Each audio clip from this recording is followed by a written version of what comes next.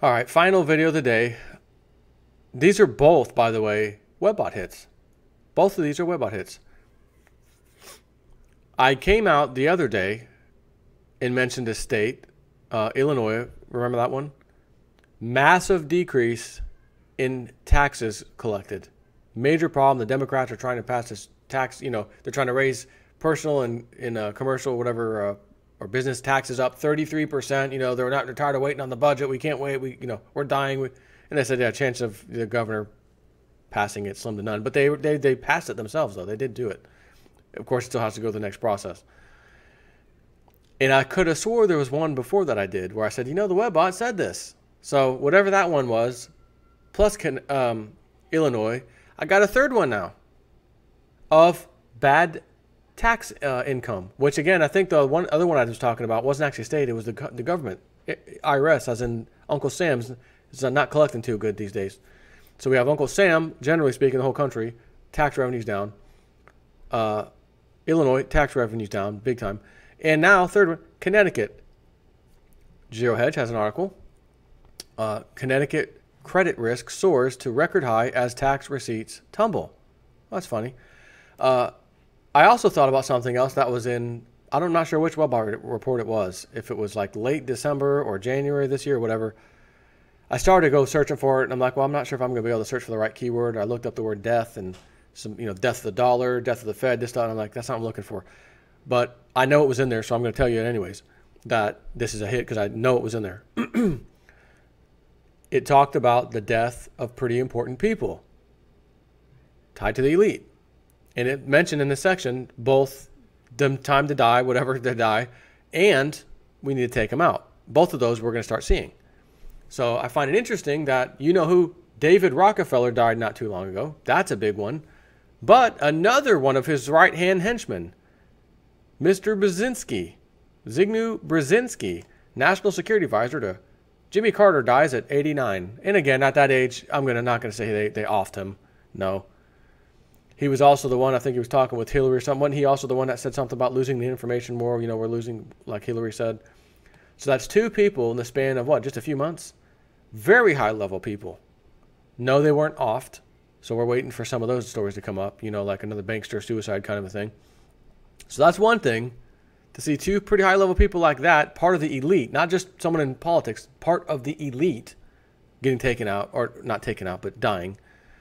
Interesting, right? I'm going to say, yeah, that sounds like a Webbot hit because it just talked about it before this happened. And then the second one, which is what I'm really covering here right now, is the horrible taxes not being taken in by the federal government. And now we have two different states in the same crisis scenario. So, Webbot hit, double Webbot hit. Connecticut credit risk soars to record high as tax receipts tumble.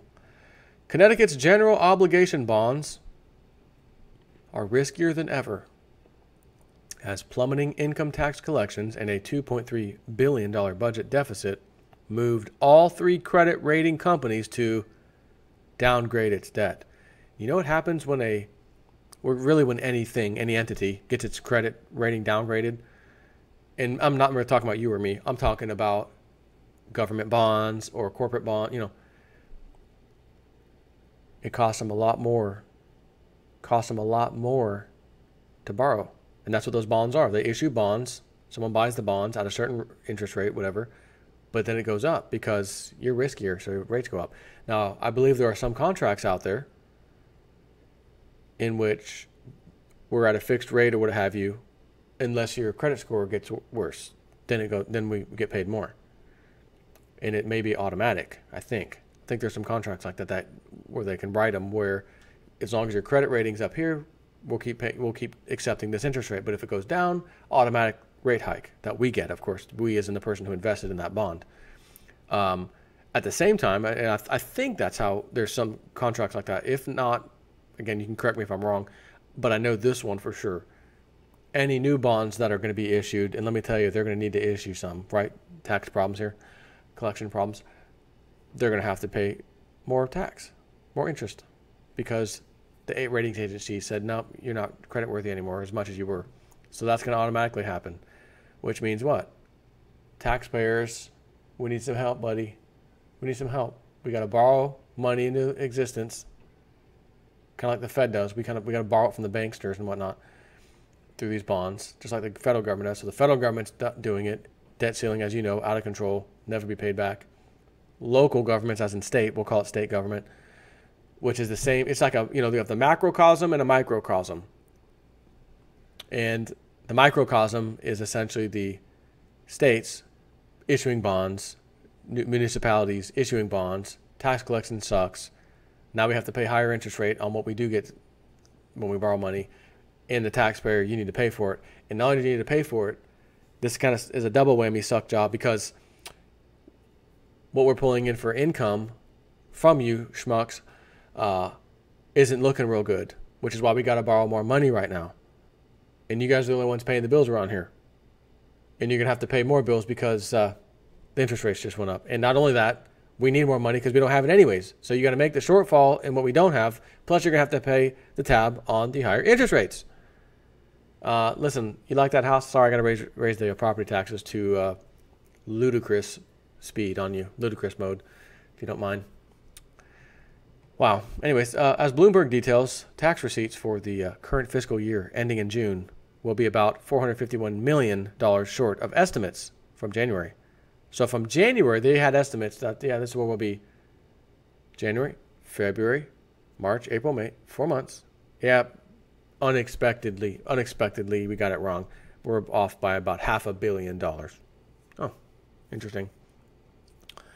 Anyways, prompting Governor Daniel Malloy to empty the state's already small budget stabilization fund. To help close the gap, public employees agreed to accept a 3-year, as if they really agreed. Anyways, agreed to accept a 3-year wage freeze and to contribute more to their pension and health care benefits under a tentative deal that would save more than $1.5 billion over the next 2 years. See, it's always about getting that pension from you, that retirement. They're going to take everything they can from you. That's why you got to try to have as least as possible for them to take from you. You know what a good thing is? Can I show you this for the 400,000th time? See that silver coin? Let me show you something else I got here. Sitting here. It's always on standby for these videos. My favorite bar of all, the Jesus slaying the bankers bar. See these two things? Technically speaking, I have these in my possession and I own them. But they're not listed in a bank account. They're not listed where there could be a freeze on it. IRS tab will take some more tax. Nope. We're going to take J-Step Force pension. No, you're not. Because I own it. It's in my possession. It's mine. But the public pension system, you have no control over that. And when you get the letter in the mail, listen, sorry. It was so underfunded that you're going to get half of what you thought you were going to get. And then a little bit later, you're going to get another letter. We're taking another half. But that would be a quarter of what it used to be. Correct. Sorry about that. We just don't have the funds. But if you were smart enough when you first got that great government paying job, the one that you now have your wages freezed for 3 years or frozen for 3 years, you put a little bit of that aside. Instead of saying we're going to now make them put more into their pension. No, you know what? Stop the whole thing with the pension. Give me whatever the hell I got out of it now, and I'll just go ahead and put that into some precious metals. And every additional money that I would be getting to have to forcefully put into that pension that you're making me do, I don't want to do that. I want to put it into precious metals too. Or if you're real crazy, you could put it into some Bitcoin and some precious metals. Again, I wouldn't have all my eggs in one basket, as in like all in Bitcoin and cryptocurrencies. To me, it's a gamble. It's a stock market-y kind of a thing. But I trust it far more than the stock market because the club doesn't control it. It wasn't their system. It came out of left field, and now they don't know what the hell to do about it. And that's why I like it a lot. And then, of course, silver, precious metals. Anyways, where was I? As we previously detailed, the state of Connecticut has been hit hard by the double whammy of deteriorating local economy, coupled with a plunge in hedge fund profits, as well as hedge fund managers permanently relocating to Florida. Florida? My state? Leading to a collapse in tax revenues. According to the latest Connecticut budget released last week, the state is reeling from the consequences of sliding tax revenue from the super rich, i.e. the state's hedge fund managers. I think I did cover this one too.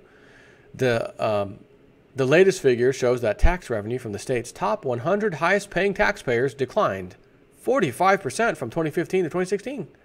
The drop adds to a $200 million revenue loss for Connecticut.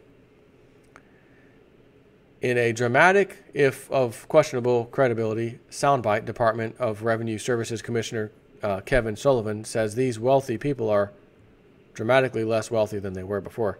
He was referring to annual income, not actual asset holdings, because by judging by the all-time high in the S&P, the local financial elite have never had a higher net worth, which is absolutely true. When you look at the top 75, top 50, this is a group of wealthy people who are dramatically less wealthy than they were before. He said these folks, for a number of reasons, are either not realizing as much income or don't have as much income. Again, I'm pretty sure I covered this. Maybe it was on Wolf Street or the Economic Collapse blog. But again, you can also add Illinois in here now, along with Connecticut. Just don't expect tears from the general public. Sullivan also noted how several international hedge funds have recently failed, resulting in significant retrenchment from investors. That drop in tolerance for risk brings smaller margins and ultimately less personal income for the state to tax, he added. It's fascinating how the Fed's central planning, superficially meant to restore confidence in a rigged, manipulated market, is having such profound and adverse second and third order effects on state budgets. Sullivan also acknowledged part of revenue decline can also be attributed to a handful of wealthy individuals who moved to more tax-friendly states, like Florida, an issue frequently raised by legislative Republicans who argue Connecticut's tax policies encourage the state's super rich to move out. You Democrats don't do this. You Democrats don't pass these laws. We're going to shoot ourselves in the foot. We need the money. We're going to do it anyways. Okay, and guess what? You shot yourself in the foot, and the people are fleeing. The rich are fleeing. The hedge fund managers are fleeing. Now what? You get nothing. Good day, sir. None of this should be a surprise. It's no wonder more people than ever are looking to leave the increasing tax burden of this troubled state. And they have an article from 2016 that they link to here. I just want to read a piece of it for your pleasure. This was from January 9th, 2016. Also, their own Zero Head article. Americans can't wait to get out of these 5 states. Let me scroll down. I wonder what states are going to mention. Oregon. Oh, wait a minute. Moving out. The top outbound states for 2015. New Jersey. Quick look surprised. New York. Look surprised. Yep. Illinois, the one I just told you about. Connecticut, the one I'm reading today. And then Ohio, Kansas, Massachusetts, West Virginia, Mississippi, and Maryland. Again, look surprised. Simply put, Americans are moving from heavily regulated, bureaucratic, high cost of living states to more affordable states. And by chance, the ones I mentioned here pretty much, whole lot of liberal point of view in New York, Jersey, Connecticut. A lot of those Dems over there, liberal leaning. But anyways, that's what we face. Budget problems, which means tax increases. And we got the welfare state with their handouts needed. Explain to me how the stock market is going to continue. Again, I know Lindsey Williams is going to melt up. Webbot even talked about 100,000 plus Dow. And I still can't wrap my head around how it's not going to crash at least first before doing that. But then again, how? The Fed's intervening every day. The Fed is intervening every single day. Well, when you take that into consideration, well then, you know what? Maybe it will never crash. Maybe it will never crash after all. There will no longer be stock market crashes. Which means what? Wall Street will never ever lose again. They'll just get richer and richer and richer. But I don't think, regardless, intervention or not, that market, there's no market that's ever just gone up. I mean, correct me if I'm wrong. There's no market that has ever just gone up, no matter what. So, again, I think they should let loose of this thing later this year. Market crash goes down, people jump in, then it shoots back up. Because after the crash, they made it. Then the breaking news comes. This is my opinion. Crash comes. Yes, it goes down. People are hurt. Markets are hurt. Everything's bad. Okay, breaking news. We have to devalue the dollar. We've got to kick the can so far with the debt ceiling. We have no choice. We've got to devalue the dollar, yada, yada, yada. Automatically, whatever the dollar is devalued by, that stock market is going to skyrocket on. So will gold and silver. So will the cryptos, et cetera, et cetera.